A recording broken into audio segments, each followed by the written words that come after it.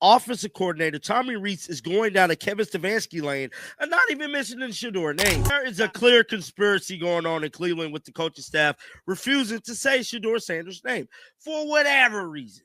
Now, I'm not saying that they're doing it on purpose, but it's looking real damn spooky. Now, offensive coordinator Tommy Rees pretty much took over the play calling abilities for the Jets game and probably for the foreseeable future. And it didn't look no different. It looked very. You make that the defense, won the rep, and that happens in football throughout a game. And then there's a couple of plays there that you say didn't put our guys in the right position. And those are the ones as a play caller that eat at you. But definitely felt like trending in the right direction. Some of the things that we wanted to emphasize without going into too much detail schematically, we got done. And we got to build off that and start winning some games. You talk about a play call you want back, you start there. Had a lot of confidence in the call on third down that we'd pick up the first. Felt like we maybe lost a yard there. And, look, in hindsight, you want to execute those. Something happened in his football career that nobody saw coming, and it's wild enough to make even veteran coaches lose their cool. This situation had coaches nervous, players looking around like they missed a group chat, and fans acting like the sky was falling. The move came out of nowhere. It felt chaotic, and people were honestly asking if it was some kind of joke gone too far. Whatever you thought could never happen in football, it just happened, and the fallout is already shaking the whole city. If you're enjoying, please subscribe to the channel. It really helps the channel grow.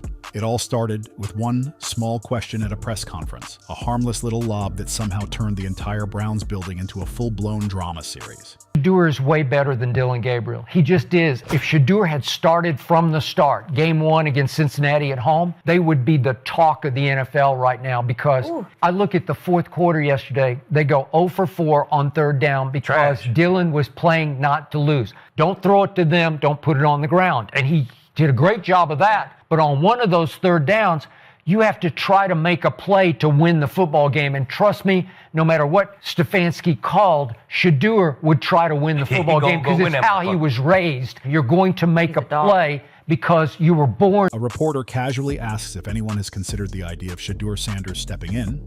Just a tiny question, nothing wild, basically the interview version of a friendly pat on the back. And Dillon Gabriel's whole face transformed instantly. 1 second he was in full media mode, and the next, he looked like someone told him they changed the locker room password and he'd never get it again. The man froze like someone unplugged him during a software update.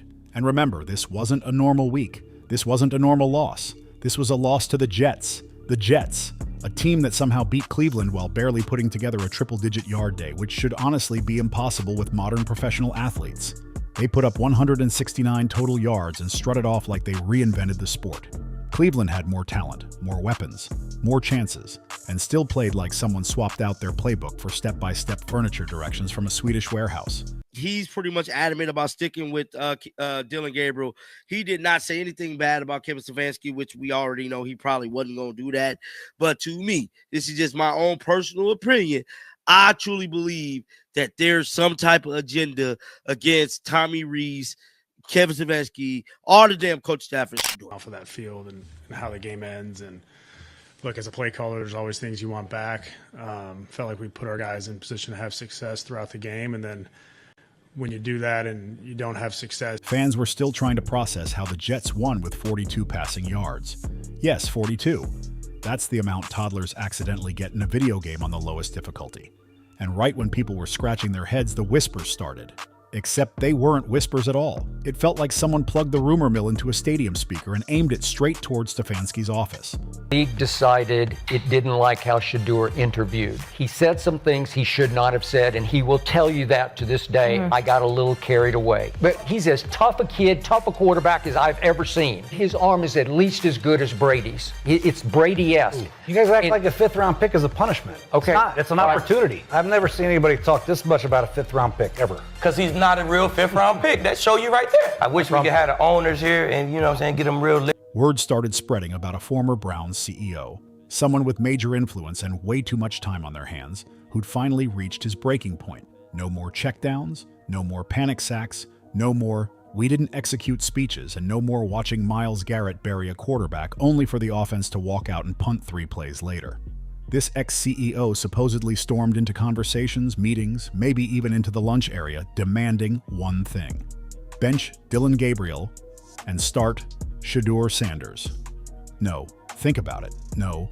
We'll watch the film. No evaluating anything. Just a straight-up order delivered like a parent who came home early and saw a report card they didn't sign off on. The vibe was basically, replace him now.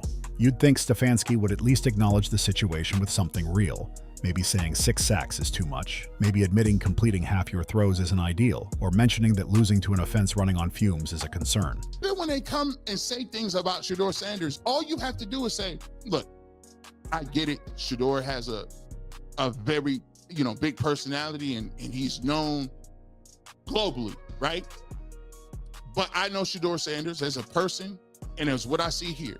He works hard, he's intelligent, he puts the work in, he's humble, he's a great teammate, and all of those things, I hope you guys get an opportunity to see that eventually when he gets on the field. And guess what?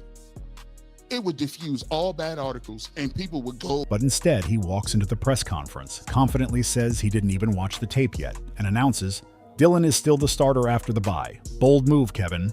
Meanwhile, Myles Garrett is on the sideline looking like a man questioning every life decision he ever made. 5 sacks, and they still lost. That's the kind of moment that makes a defensive star start wondering about fate, physics, and why the offense keeps making the game so complicated. Then it happens. The moment everyone remembers. A reporter with enough bravery to fill a stadium asks Dillon if he ever thinks about when the team might turn things over to Shedeur Sanders. The entire room goes silent like the building lost internet. Dillon blinks, takes this long breath, and instead of showing confidence or fire or anything a leader usually shows, he delivers the line that every coach hates hearing. All I can do is control what I can control. Translation? Drafted Shedeur Sanders. They are unwilling, clearly, to allow Shedeur Sanders to man the offense in a real NFL game. Kevin Stefanski was asked about it, and he said, I'm not concentrating on the current development of Shedeur Sanders. I'm worried about what we're worried about. I'm now convinced that we need to do a deeper dive investigation into why they are so reluctant to give the kid a shot. I don't know that it's going to be any good. I think there's as good a chance that he stinks as that he's decent. Yeah, I know what's coming. Please don't make me say it on camera. That's the sound of someone who quietly packed half their locker already, just in case. But this was only the warm-up. The real fireworks were happening behind the scenes. Picture this: a former Browns CEO, someone strong enough to shake the entire organization. But with no HR rules holding him back now, sitting in front of ownership with a whole PowerPoint titled, Why Dillon Gabriel Must Be Removed Immediately. He's reportedly pulling up Colorado highlights, replaying throws frame by frame, circling reads, pointing out confidence traits, pocket control, and clutch ability, while Dillon's film looks like a deleted comedy scene. This whole situation isn't just about football anymore. It's about ticket sales, merch flying off shelves, headline buzz, and that spark Cleveland hasn't consistently felt since the city became the punchline to every job joke. The name Shedeur Sanders alone brings crowds, excitement, and cameras. Meanwhile, Dillon Gabriel's name right now makes people feel a developmental quarterback right now. He's a quarterback who's hit the wall, right? You have your picture painted of who Dillon Gabriel is because he has done nothing but go backwards since that first game. That's right. He is overmatched, and the numbers say that, and the eye test says it, and the reality says that he always was. But they put him out here, they rushed him in, they didn't do him any favors. They're not doing him any favors with this receiving core, but it's very clear he is not going to be an NFL quarterback, and that has been the case since the concerned. Imagine trying to hype season tickets with, come witness the magic of 167 passing yards and 6 sacks. That's not exactly billboard material. Shedeur, on the other hand, pulls in fans, sponsors, hype videos, and even people who only watch Colorado games so they could post endless updates about him. Cleveland needs that electricity so badly. They need something with energy, something with fire, something that isn't sadness wrapped in a jersey. Back at the press conference, someone asked Dillon about getting sacked 6 times, and his answer is basically, yeah, I don't want to take those. Incredible insight. Groundbreaking strategy. Truly game-changing football wisdom. Of course, no quarterback wants to take 6 sacks. Nobody wakes up thinking, today feels like a good day to get slammed into the turf over and over again. The issue is simple. Real franchise quarterbacks don't just not want to take sacks. They avoid them.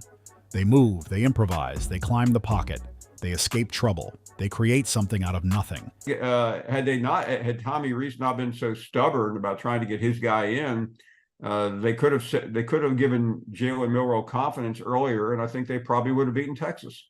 Yeah, it's a great point because look, everybody knows in the portal games, if you bring in the offensive coordinator from Notre Dame and he had a guy that he thought was successful, Tyler Buchner, with him at Notre Dame, then you're going to give that a shot. Just even give your team a shot in the arm. But neither here nor there, that's not going to happen. And Buckner's probably never going to see the field again. They do literally anything besides standing still while danger closes in like bad news. Shedeur Sanders, meanwhile, has spent entire seasons slipping out of collapsing pockets like he's sponsored by chaos itself. At Colorado, half the time he was playing behind a line that looked like a rotating group of construction cones. And he still launched perfect throws like a t-shirt cannon that couldn't miss. And when Dillon starts using lines like, "You don't want to plant a seed and rip it up before it grows," that's exactly the kind of thing you say when you're begging the organization not to replace you with a player who trends on social media every time he breathes. It's the sound of a man trying to delay the inevitable. Let's be real, Cleveland didn't bring in Dillon Gabriel expecting some long-term superstar. He was supposed to be a bridge quarterback, a stable placeholder, the guy keeping things steady until the real franchise piece arrived. But instead of keeping the ship steady, he's accidentally drilling holes in the bottom while the Jets paddle past waving like they're on vacation. And the ex-CEO? He's not wrong. He sees exactly what everybody sees. Shedeur Sanders has leadership, charisma, and that cold clutch gene that flips entire seasons around. Dillon, meanwhile, looks like someone wondering if he left the oven on back home. Shedeur brings something else too, fearlessness. Don't believe me? Call all the players he's coached. He did it in Alabama. He did it in Notre Dame. If Tommy Rees has the ultimate power and Dillon Gabriel is not doing what he thinks he should do with the ball, or Dillon Gabriel is not playing well, Dillon Gabriel will be... When things get messy, he doesn't run from it. He steps into it. He almost seems energized by pressure, like he's challenging it to hit harder. Shedeur Sanders thrives in the exact situations where Dillon Gabriel slowly fades away. Dillon's press conference didn't sound like a starting quarterback. It sounded like someone explaining a spreadsheet mistake to their supervisor. He gave out more safe corporate-style lines in 10 minutes than some CEOs given an entire earnings call. "We'll execute better. We'll keep working. Momentum and rhythm. Control what I can control." Every answer felt like he was reading straight from a laminated handbook. And the way he stared at the microphone was wild, like it owed him money. Instead of taking command or showing the spark a leader brings, he kept breaking down who missed what, who should have stepped up, and why the rhythm wasn't there. Because we want to see Shedeur. Let's grade it fairly. That's all I'm saying. I graded it fairly. Like, you really want to? You said I want him to play bad so Shedeur could get. I do, but some teachers might want this kid to do bad. But when he turned that test in, she just got to grade that. I believe Shedeur's better as well. But if we're going to grade, stop grading with bias. All right, grading with... It sounded like he was trying to fix the whole organization by himself, even though the team needed someone who could lift them, not lecture them. Players aren't clueless. They can feel when the quarterback is slowing the team down. Myles Garrett nearly shattered a franchise record and still walked off looking like someone just ran off with his wallet. Do you really think he's excited about losing games because the offense can't make a single clutch play when it matters? The defense is out there grinding every snap while the offense walks around collecting participation ribbons. Every snap while the offense walks around collecting participation ribbons. Ownership has to be watching all of this with a mix of shock and disappointment, and the whispers about phone calls after the Jets game feel completely believable. That loss was a breaking point, almost like a wake-up call for the entire organization. When you lose to a team that struggles to even generate passing yards, something big is wrong. That's why the ex-CEO suddenly has everyone's attention. This time, people are listening. Coach Kevin Stefanski isn't ready to make a change at quarterback just yet. When asked by reporters if he planned to stick with rookie Dillon Gabriel as the team's starting quarterback, Stefanski asserted Gabriel will remain at the helm. After the loss to the Jets, Gabriel has thrown 869 yards, 7 touchdowns, 2 interceptions in his rookie season. He led Cleveland to just one win, with the game October 19th against the Dolphins. And they are now 2-7 on the year. He's not speaking emotionally. He's bringing stats, film, and hard facts showing the Browns are wasting valuable time hoping Dillon magically becomes someone he's not. Stefanski is backed into a corner too. If he benches Dillon now, he admits he misread the situation. He'd be admitting he misjudged the talent and that his quarterback evaluation strategy looks more like throwing darts than actual scouting. And that brings everything right back to Shedeur Sanders. The entire debate comes down to one simple thing. Shedeur makes more happen with less, while Dillon produces less even when he has more. Imagine Shedeur in that Jets matchup. He's not taking 6 sacks. He's not staring around confused. He's not freezing under pressure. He's improvising, delivering plays, and lifting everyone around him. Not many quarterbacks can turn a winnable game into a full-blown disaster the way Dillon Gabriel just did. And honestly, it's impressive in a tragic way. And according to that ex-CEO who's been rattling the building, champions don't settle for quarterbacks who can't beat the Jets.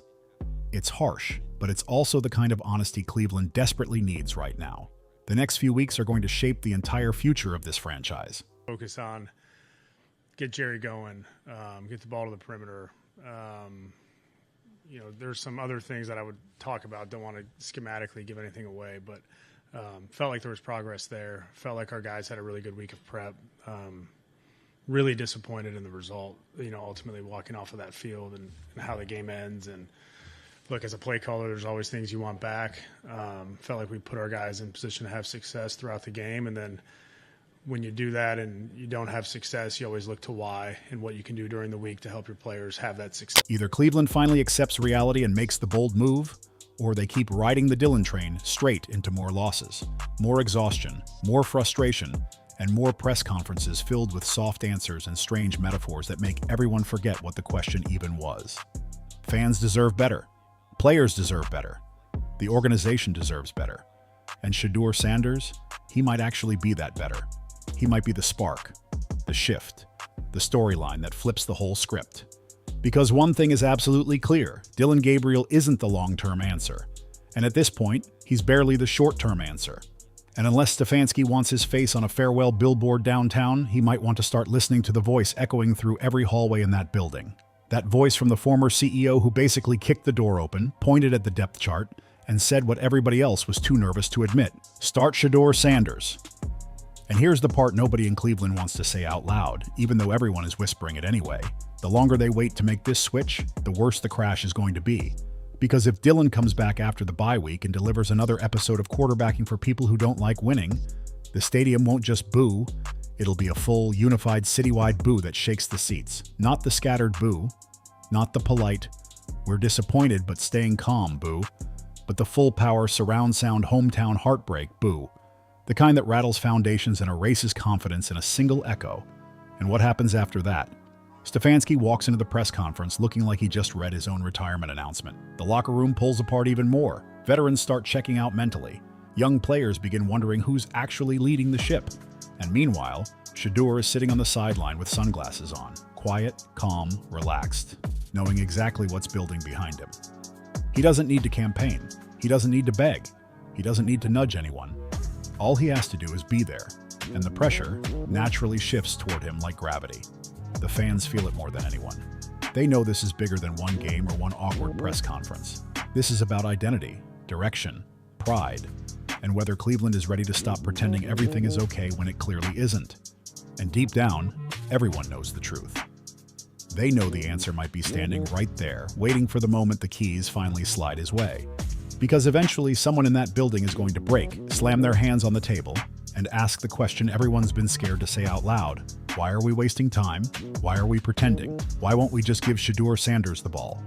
And once someone finally says it, there's no undoing it. If you enjoyed this breakdown, make sure to hit that like button, drop a comment, and share this with another football fan who needs the truth. And don't forget to subscribe to the channel.